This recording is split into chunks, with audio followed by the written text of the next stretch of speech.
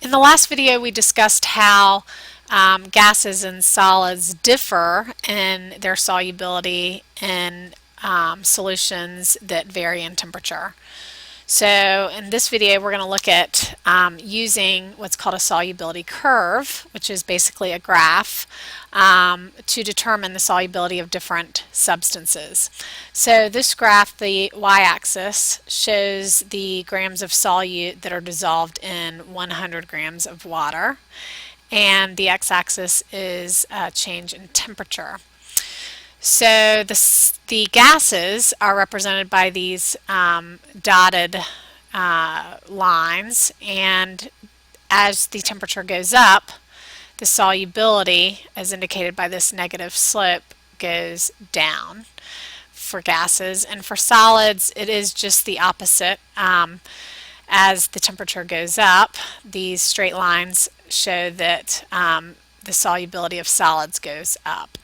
And remember, we talked about how with gases, as the temperature goes up, kinetic energy goes up, and the frequency at which those gases come in contact with the surface and escape into the atmosphere also goes up. With solids, as the kinetic energy goes up, the space to dissolve more solutes goes up, and so warmer water can dissolve more solids than colder. We can use these solubility curves to answer questions, and one example is at 60 degrees, how many grams of potassium bromide dissolve in 100 grams of water? So this is the curve for potassium bromide, and if we go over to 60 degrees and up, we will see that about 88 grams of potassium bromide will dissolve. We could also extend the question to how many grams of potassium bromide would dissolve in 300 grams of water, and since this is 100 grams of water, then all we have to do is multiply 88 times 3 to get 264 grams of potassium bromide will dissolve in 300 grams of water. Solutions are considered saturated if no more solute will dissolve in that solution. If there's space for more solute to dissolve, then the solution is called unsaturated. So if we go back, going back to the example at 60 degrees, anything under 88 grams of potassium bromide, there's space left in that solution for more solute to dissolve. So anything under 88 would be considered unsaturated. At 88, no more solute can dissolve, and so that would be a saturated solution at 88 grams per 100 grams of water. We also have what's called a supersaturated solution, where the solution holds more than it should. It holds more solutes than it should at that temperature. And supersaturated solutions are formed by dissolving a certain amount, whatever it is, that will saturate the solution at a certain temperature, cooling that solution down, and that solution still has that same number of solutes dissolved in it.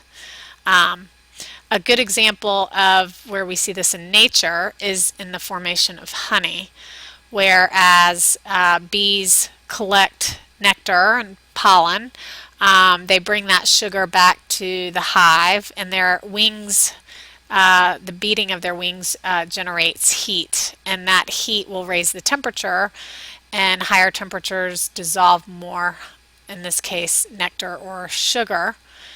And when we harvest this honey, the temperature of the honey cools, and it still holds more solute than it should at that temperature.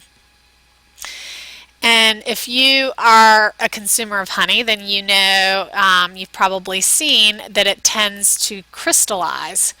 And what's happening is there's some sort of imperfection. It could be a dust particle. It could be just a little crystal of sugar that's in the solution, and once that forms, it's called a seed crystal, then it upsets the balance of that solution, and other crystals or solids, solute sugars, tend to come out of the solution. And you can dissolve those sugars by warming that solution back up, heating it in the microwave or whatever.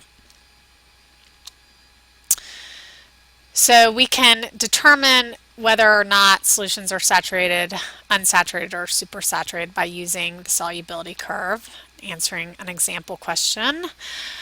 At 45 degrees, so somewhere each of these is worth 5 degrees. So at 45 degrees, if you have 100 grams of potassium bromide dissolved in 100 grams of water, so you're going to go up to, we know at 45 degrees about what, 80 grams. But if there's 100 grams that are dissolved, then we would consider that a supersaturated solution. And so that means that in order to form that solution, the temperature must have been as high as 90 degrees, and then that solution cooled and it held the solutes in it at 45 degrees. Now if we were to put a seed crystal in that solution, we would find that the solutes would actually come out of the solution. And since we know at 45 degrees only 80 grams will dissolve, then any of the seed crystals that form, any of the crystals that come out of the solution from that seed crystal that form, are going to be anything over 80 grams. So that means we will have 20 grams, so there's 100 minus 20, that are in excess. So that 20 grams is actually more solute than 45 degrees can hold, of that solution can hold. And so we would call that in excess. So you will be working on questions like these on what's called your solubility worksheet. And if you have any questions, just let me know.